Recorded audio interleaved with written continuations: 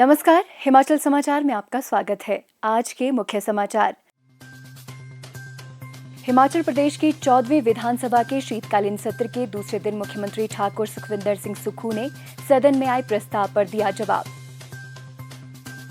मुख्यमंत्री ने wing commander शहीद नमांश सयाल को श्रद्धांजलि अर्पित की। Himachal Pradesh water management board के नवनियुक्त उपाध्यक्ष ने मुख्यमंत्री से की शिष्टाचार भेंट। और अब समाचार विस्तार से। हिमाचल प्रदेश की 14वीं विधानसभा के शीतकालीन सत्र के दूसरे दिन मुख्यमंत्री ठाकुर सुखविंदर सिंह सुक्खू ने सदन में कहा, माननीय अध्यक्ष महोदय, माननीय सदस्य रणधीर शर्मा जी ने नियम 67 के तहत स्थगन प्रस्ताव लाया और सरकार ने उसे स्वीकार किया। 18 लोगों ने इस पर अपने विचार रखे। कांग्रेस के लोगों ने ज़्यादा विचार रखे और जो लाए हैं उन्होंने कम विचार रखे। माननीय अध्यक्ष महोदय, लोकतंत्र की सबसे बड़ी व्यवस्था ये होती है कि समय की परिधि के अनुसार हर चीज़ होनी चाहिए, समय के अनुसार हर चीज़ हो और जो संविधान बना है उसके अंतर्गत चुनाव की प्रक्रिया को किया जाए। ऐसी ही परिस्थितियाँ जून में हमने शुरू की। चुनाव आयोग ने अपना कार्य शुरू किया और जून में कार्य जब शुरू हुआ, पंचायतों के पुनर्गठन का कार्य था, पंचायतों के वार्डबंदी का कार्य था, नई पंचायतें बनानी है नहीं बनानी है, उस पर एक चर्चा हुई और चुनाव आयोग अपना कार्य शुरू कर रहा था।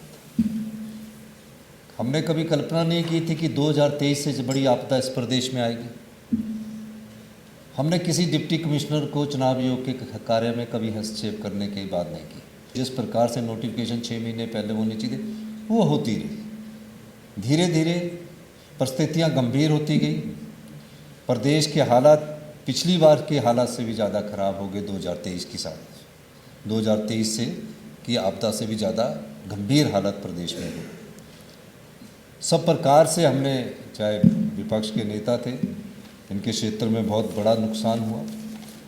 विपक्ष के नेता के साथ मैं संपर्क में रहा। मैंने अधिकारियों को भी ये निर्देश दिए कि इनके क्षेत्र में जो भी नुकसान हुआ है और पूरे मंडी में भी जो नुकसान हुआ है, उसमें मंडी में बहुत नुकसान हो रहा था, उसके लिए तुरंत प्रभाव से कार्रवाई की जाए। हमने पूरे संसाधन खोले, जितने हमारे सीमित साधन थे उस संसाधन से हमने नुकसान की भरपाई की बात की। उसके आप जानते हैं कि उसके 20 दिन बाद चंबा में हमारी मणिमहेश यात्रा शुरू थी। तकरीबन काफ़ी लोग उसमें फंस गए। 1 महीने बाद तकरीबन 10,000 के करीब लोग वहाँ फंस गए। हमारे राजस्व मंत्री 9 दिन वहाँ भरमौर में बैठे रहे और तब तक यात्रियों को निकालने का कार्य शुरू किया जब तक एक भी अंतिम यात्री वहाँ से ना निकल सके। उसके बाद हमारे राजस्व मंत्री वहाँ से आए। ये सरकार की संवेदनशीलता उस समय की दर्शाती है। सब प्रकार से कुल्लू में फिर आपदा आ गई। पहले मंडी ही जिला अफेक्टिव था, फिर कुल्लू में आ गई, फिर पूरे प्रदेश में आपदा आ गई। पौंग डैम का पानी छूटा, इंदौरा और नूरपुर के क्षेत्रों में भयंकर आपदा आ गई। हमने उस समय आपदा डिजास्टर एक्ट को लागू किया और जब हमने उस समय डिजास्टर एक्ट को लागू किया, उस समय हमारे पंचायतों का पुनर्गठन हो रहा था और हो चुका था। कई जगह जिला परिषद वार्ड का पुनर्गठन हो चुका था। डिजास्टर एक्ट लगाने के बाद हम सब डिप्टी कमिश्नरों को आदेश देते रहे। शिमला शहर में भी डिजास्टर हुआ और शिमला के ग्रामीण क्षेत्रों में भी बहुत बड़ा डिजास्टर हुआ। हर जगह सेब का सीजन था और पहली बार सड़कें हमारी पूरी तरह से अवरुद्ध थी। जहाँ भी जाएं सड़कें पंचायत की अवरुद्ध थी। बगीचे वाले थे, छोटी छोटी पंचायत की सड़कें, व्यक्तिगत सड़कें होती है, उनसे सेब को ले जाना था। कई जगह सेब हमारा जो है सरकार को HPMC को खरीदना पड़ा और पहली बार 100 करोड़ रुपए के करीब MIS के द्वारा सेब की खरीद की गई।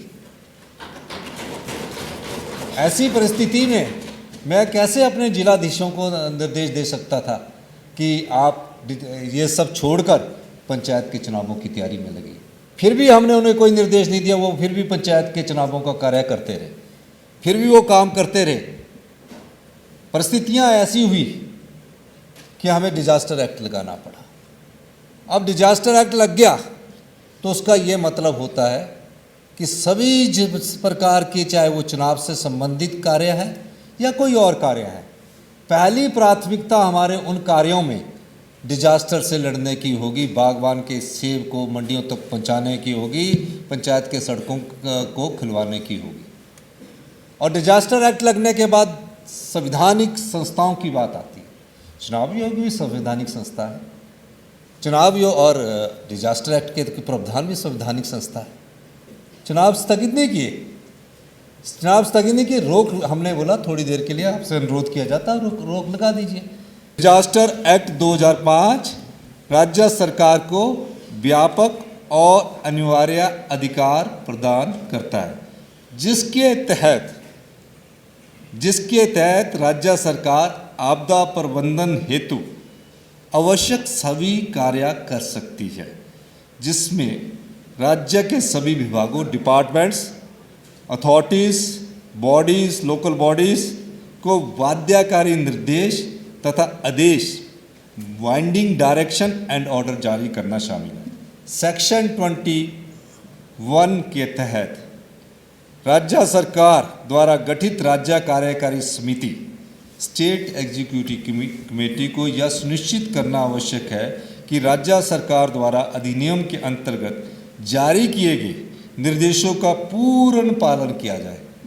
यह प्रावधान स्पष्ट रूप से यह स्वीकार करता है कि राज्य सरकार को स्वतंत्र रूप से बाध्यकारी निर्देश, बाइंडिंग डायरेक्शन जारी करने और उनके क्रियान्वयन की मांग करने का अधिकार प्राप्त है। इसके अतिरिक्त सेक्शंस 22 और 24 स्टेट एग्जीक्यूटिव कमेटी को किसी भी विभाग, डिपार्टमेंट या अथॉरिटी को ऐसे निर्देश जारी करने का अधिकार प्रदान करती है जो थ्रेटिंग डिजास्टर सिचुएशन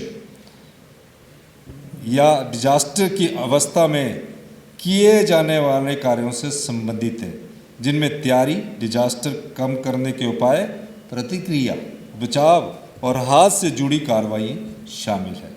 ये अधिकार राज्य सरकार के ओवरऑल कंट्रोल के अधीन प्रयोग किए जाते हैं। अधिनियम धारा 72 के अनुसार डिजास्टर मैनेजमेंट एक्ट 2005 के ओवरराइडिंग प्रावधान है, जिसके अनुसार यह प्रावधान अन्य सभी कानूनों के ऊपर है, यानी कि स्टेट इलेक्शन के जो भी अगर नियम वो करते हैं उन सबसे ऊपर ये डिजास्टर के कानून के प्रावधान है। अतः राज्य सरकार द्वारा डिजास्टर मैनेजमेंट एक्ट के अंतर्गत जारी कोई भी निर्देश या आदेश किसी भी कानून, लॉ, नियम, रूल, विनियम, रेगुलेशन अथवा प्रशासनिक आदेश, एडमिनिस्ट्रेटिव ऑर्डर के विपरीत होने पर भी प्रभावी होगा। यानी कि अभी तक हमने जो स्टेट इलेक्शन कमीशन ने कहा, हम अभी उनकी बातों को हम मानते रहे, लेकिन आज के बाद से स्टेट इलेक्शन कमीशन की जो बात है उसके ऊपर भी डिजास्टर हमारा एक्ट का ये प्रावधान लागू माना जाएगा। आज के बाद से उपयुक्त के मद्देनजर यह स्पष्ट है कि आपदा प्रबंधन अधिनियम 2025 राज्य सरकार को यह पूर्ण अधिकार प्रदान करता है कि वे प्रभावी आपदा प्रबंधन हेतु आवश्यक किसी भी प्रकार के निर्देश जारी कर सके या आदेश पारित कर सके। ऐसे निर्देश राज्य के सभी विभागों, अथॉरिटीज़, लोकल बॉडीज तथा राज्य में कार्यरत अन्य सभी एजेंसियों पर बाध्यकारी होती है। हिमाचल प्रदेश में डिजास्टर मैनेजमेंट एक्ट का प्रावधान लागू है, अतः state election commission code of conduct या इलेक्शन से संबंधित कोई भी निर्देश जारी नहीं कर सकता। चुनाव आयोग के निर्देश डिजास्टर मैनेजमेंट एक्ट के प्रावधानों के विपरीत है।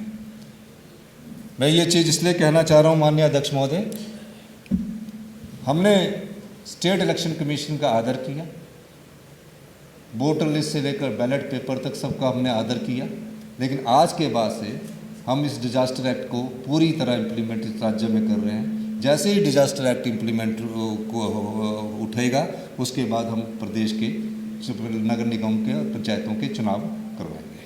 मुख्यमंत्री ठाकुर सुखविंदर सिंह सुक्खू ने बुधवार को कांगड़ा जिला के नगरोटा बगवां विधानसभा क्षेत्र के पटिया लखर गांव पहुंचकर दुबई एयर शो के दौरान हादसे में शहीद हुए विंग कमांडर नमांश सियाल को श्रद्धांजलि अर्पित की। मुख्यमंत्री ने कहा कि इस दुखद घटना में राष्ट्र ने एक बहादुर सुपुत्र और साहसी पायलट को खो दिया है। हर हिमाचली उनके अदम्य साहस, कर्तव्यनिष्ठा और देश सेवा पर गर्व करता है। राष्ट्र उनके इस सर्वोच्च बलिदान को सदैव याद रखेगा। उन्होंने परिवार को आश्वस्त किया कि इस दुख की घड़ी में प्रदेश सरकार उनके साथ खड़ी है। मुख्यमंत्री ने दिवंगत आत्मा की शांति के लिए प्रार्थना की और शोक संतप्त परिवार के प्रति गहरी संवेदनाएं व्यक्त की। मुख्यमंत्री ठाकुर सुखविंदर सिंह सुक्खू से आज धर्मशाला में Himachal Pradesh water management board के नवनियुक्त उपाध्यक्ष श्री शशि शर्मा ने शिष्टाचार भेंट की। मुख्यमंत्री ने उन्हें नए उत्तरदायित्व के लिए शुभकामनाएं दी। जिला चंबा होली उतराला के एक प्रतिनिधिमंडल ने भी आज धर्मशाला के तपोवन में मुख्यमंत्री से शिष्टाचार भेंट की। हिमाचल समाचार देखने के लिए सब्सक्राइब करें यूट्यूब चैनल हिमाचल समाचार, लाइक करें Facebook page information and public relations department Himachal Pradesh और सीएमओ हिमाचल, फॉलो करें x@DPRHP और सीएमओ हिमाचल, फॉलो करें इंस्टाग्राम @DIPR हिमाचल और सीएमओ हिमाचल, विजिट करें वेबसाइट www.himachalpr.gov.in। इस अंक में इतना ही। कल फिर होगी मुलाकात। दीजिए इजाजत। नमस्कार।